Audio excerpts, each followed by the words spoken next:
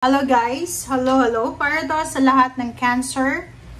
Cancer, alamin natin kung anong messages, vibration, gabay energy para sa lahat. Ito ay general reading.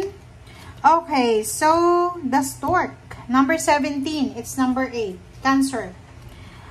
Kung makikita mo dito sa barang to, it's either good news, it's either letter, chat, call, new beginnings.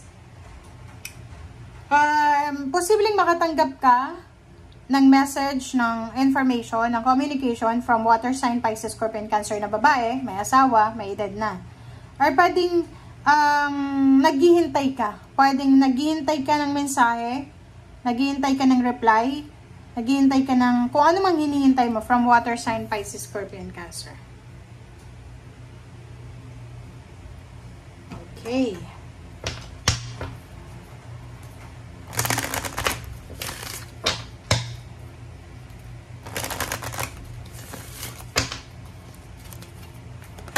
Oops, sorry. Cancer, shine from within. Wow. So, nakikita ko sa'yo dito, pwedeng resonated to sa mga babaeng Cancer. But, sinasabi ng bara sa'yo dito, ano man ang gender mo, acceptance, go with the flow, parang ganon, ang energy mo na yan.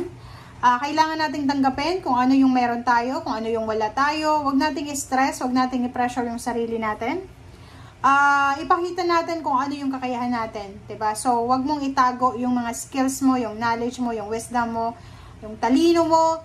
Show it, show the world your talent, 'di ba? Showcase it. Okay? Shine from within. Sinasabi ng barahan na ilabas mo kung ano yung talagang kaloob-looban mo talaga. Wag tayong mag-people please kung alam natin na naiinis tayo sa taong 'yan. Ipakita mo kung ano talaga yung totoo. Be unique. Be you. Okay? Okay. So, thank you para to sa lahat ng mga Cancer. Okay. Cancer.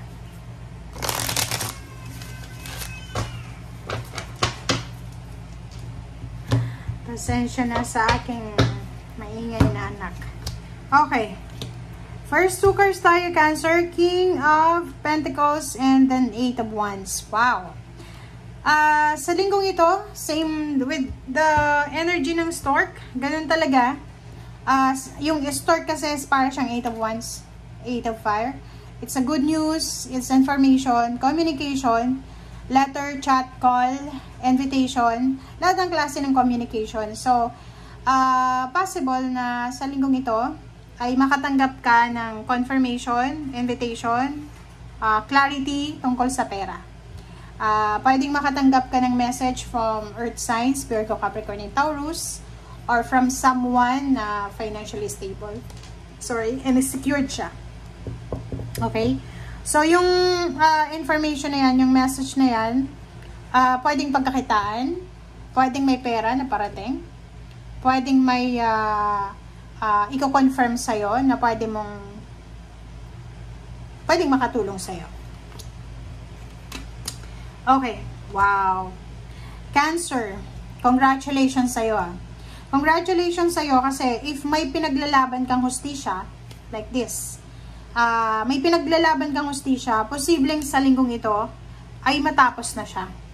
For example, may kaso ka, busy ka sa paghaharap sa kung sino man na tao na to, sa husgado, ganyan-ganito.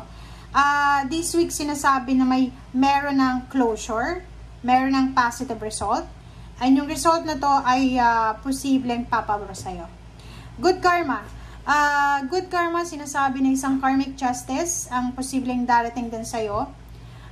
Yung luha na iniluha mo, yung pain and heartaches na naranasan mo, ay posibleng may kapalit yan. Papalitan yan ng sobrang saya. Yun nga, justice ay para sa'yo, di ba? Papabor sa'yo. Pwedeng galing ka sa isang relationship na hindi maganda, trabaho na hindi maganda, and posibleng darating sa'yo yung isang relasyon, yung isang trabaho na sobrang balance, sobrang secured, sobrang stable. Okay. Wow. Ace of Pentacles. Wow! So, yun, it's confirmation talaga. So, it's confirmed, guys, para doon sa mga Cancer. If you're waiting for a job offer, business offer, financial offer, dito sinasabi na isang offer financially ang posibleng darating sa'yo. Yun, job offer, trabaho talaga siya. So, congratulations sa'yo.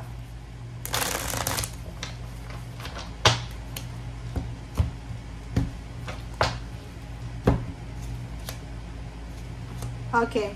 So, the Tower and then number 4, it's Emperor. Sinasabi ng baraha sa'yo dito na marami kang pinagdaanan or pinagdadaanan na tower mode. Tower moments sa buhay. Kalungkutan, uncertainty, financial problems, worries, may mga fear, may mga shadow moment ka dito. But, nakikita mo tong Emperor, sinasabi ng baraha na lahat ng yan ay may katapusan. Lahat ng yan na pinagdadaanan mo sa ngayon ay magiging stable. Yung mga imbalances sa buhay mo, yung mga problema, yung mga pinagsisisihan mo sa buhay, o yung mga inaalala mo, ay posibleng maayos na. Okay? Okay. So, nakikita natin dito na makakaramdam ka ng sobra-sobrang excitement. Makakaramdam ka ng sobra-sobrang pagka-proud. Yung pride mo, yung self-esteem mo, tataas siya kasi magiging proud ka sa sarili mo.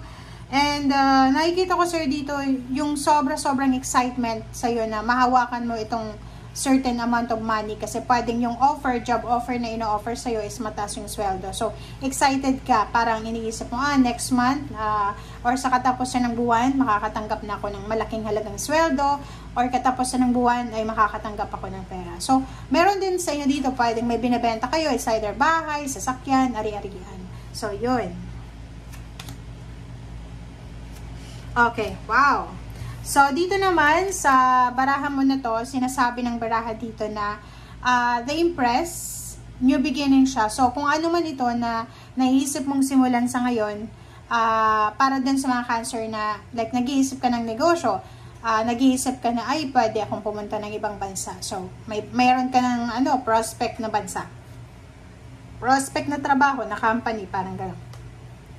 And dito sinasabi na kung ano man tong sisimulan mo, ano man itong fresh idea, fresh start na gagawin mo, ay magdadala to sa'yo ng limpak-limpak na salapi. So, ibig sabihin, habang nanonood ka sa ngayon, Cancer, halimbawa, nakaupo ka lang, or nakahiga ka, kung ano yung pumasok sa isip mo na gusto mong gawin mo na.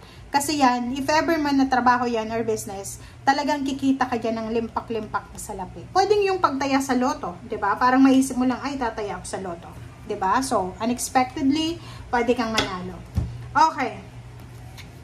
4 of Cups and 7 of Cups. So, nakikita ko, sir, dito na meron kang kapamilya na hinihintay. Pwedeng naghihintay ka ng go signal from your family members, or pwedeng naghihintay ka ng reply ng chat from your family. So, you have that choice, you have the option, kung maghihintay ka ba, or mag-move on ka na, or mag-forward ka na. Okay. Next card is 7 of Swords. Oh, yun. Dito, Cancer, napaka-importante nito. Kasi, ito yung nagsisilbing malas sa buhay ng iba. Minsan, yung sobra-sobra nating tawag dito, yung kagustuhan natin na maging friends yung lahat ng tao. Yung people pleaser tayo. Halimbawa, may nag-aaway kayong kamag-anak. Sabihin na lang natin kapatid, may kaaway yung magkaaway yung kapatid mo. Tapos ikaw, na dapat nasa gitna, nakapag-desisyon ka na, ay, guguluhin ko yung dalawa. Kunyari, kakampi nila ako pareho. So, mag-iingat ka dito, ha. Kasi yung small tactics lang, yung small, ano bang tawag dyan? Yung maliit lang na ideya para manloko, or isang maliit na ideya para manggulo, or, alam mo yun, mang trip, ay posibleng maging sanhe or parang magiging cause ng isang hindi magandang pangyayari. So, dito sinasabi ng baraha, kung mayroon kang mga tricky thoughts, yung mga naiisip mong mga medyo hindi magandang pag-iisip laban sa mga tao sa paligid mo, nako, i-give up mo na yan. Kasi hindi yan maganda. isipin mo na lahat ng ginagawa natin may karma. Okay? Ten of Swords. So, dalawa yung Ten of Swords mo. It's 10-10. It's completion. It's a closure, ending. So, may mga relationship dito na talagang mag-end na. Mayroon din mga painful na situation, past painful na situation, na posibleng matatapos na. May reconciliation, mayroon ditong apology accepted, may mag-aas ng forgiveness, maraming renewal, relationship man yan or trabaho. Okay? So, thank you guys for watching. Ito ay para sa lahat ng Cancer. Bye guys!